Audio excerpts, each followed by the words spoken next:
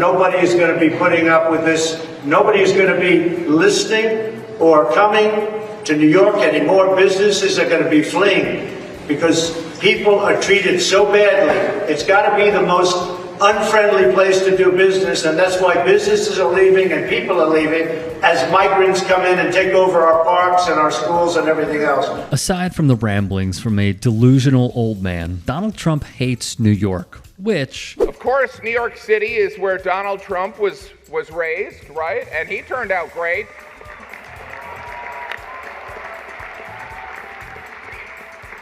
Yet New York is a state that Donald Trump statistically has little chance to win.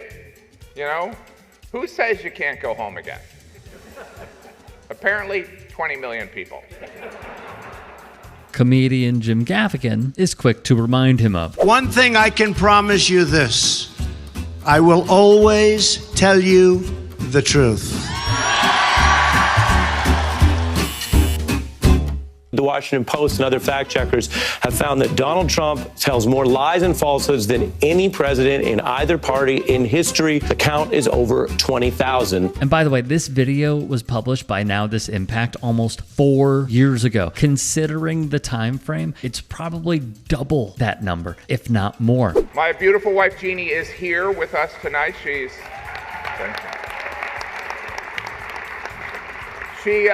not sitting on the dais. She's sitting out there with all those losers that are only millionaires.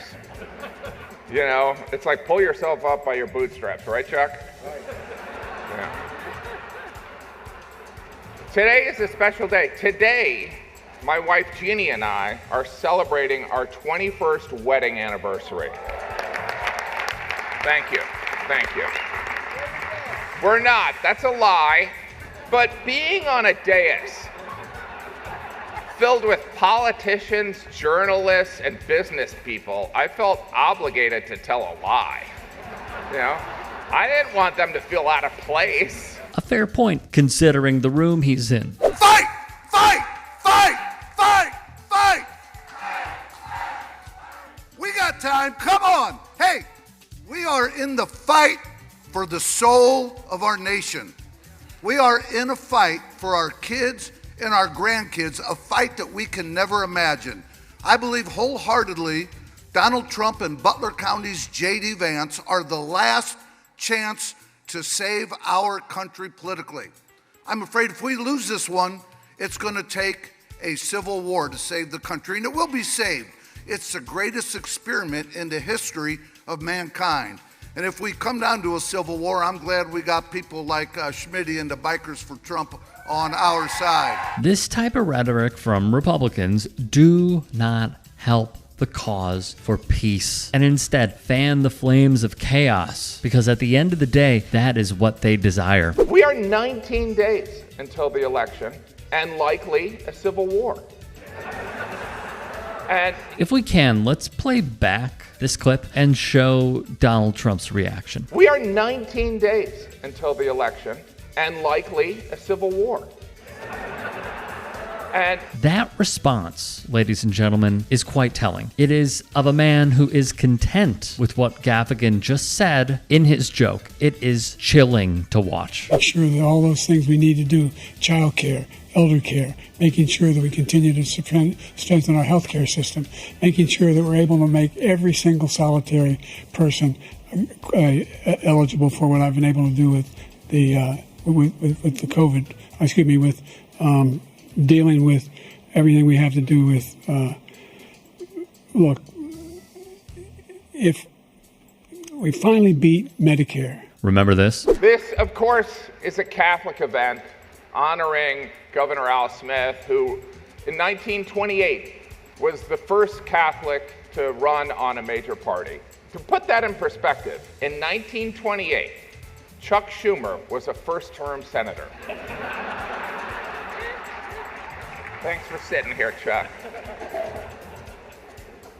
Of course, Joe Biden was our second Catholic president, right? After JFK, President Biden couldn't be here tonight. The DNC made sure of that.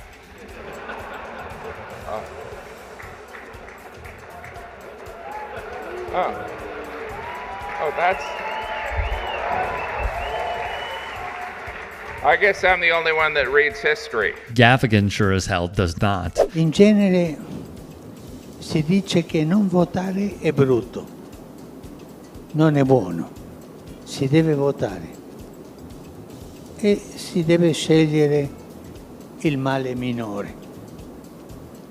Chi è il male minore? Quella signora o quel signore? Non so, ognuno in coscienza pensi e faccia questo. Gaffigan would have fun with this moment from the Pope as well. Full disclosure, Cardinal Dolan is also a friend of mine, and I would never put him on the spot, but Cardinal Dolan, I'm curious. The Pope did say that this election is a choice between the lesser of two evils.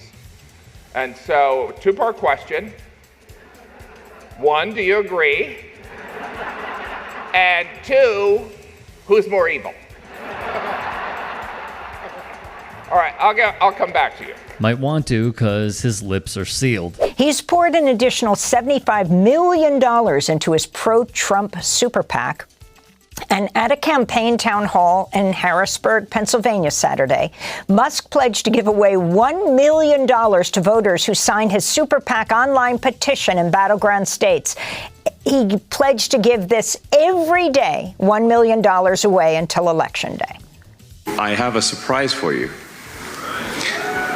which is that we're going to be awarding $1 million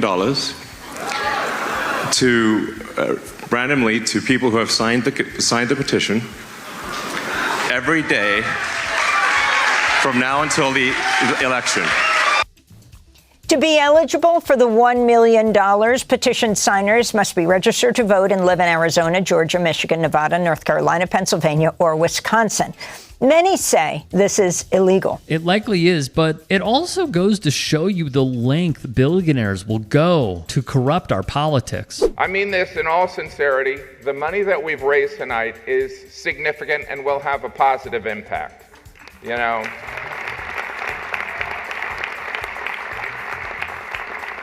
And after we pressure Mike Bloomberg to give more money, we will break $10 million. $10 million. Everyone look at Michael Bloomberg and tell him he should give more money.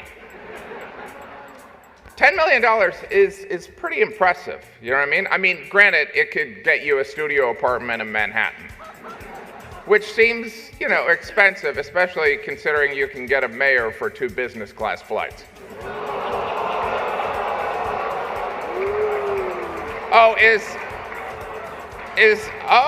Did I break I didn't think we had borders anymore.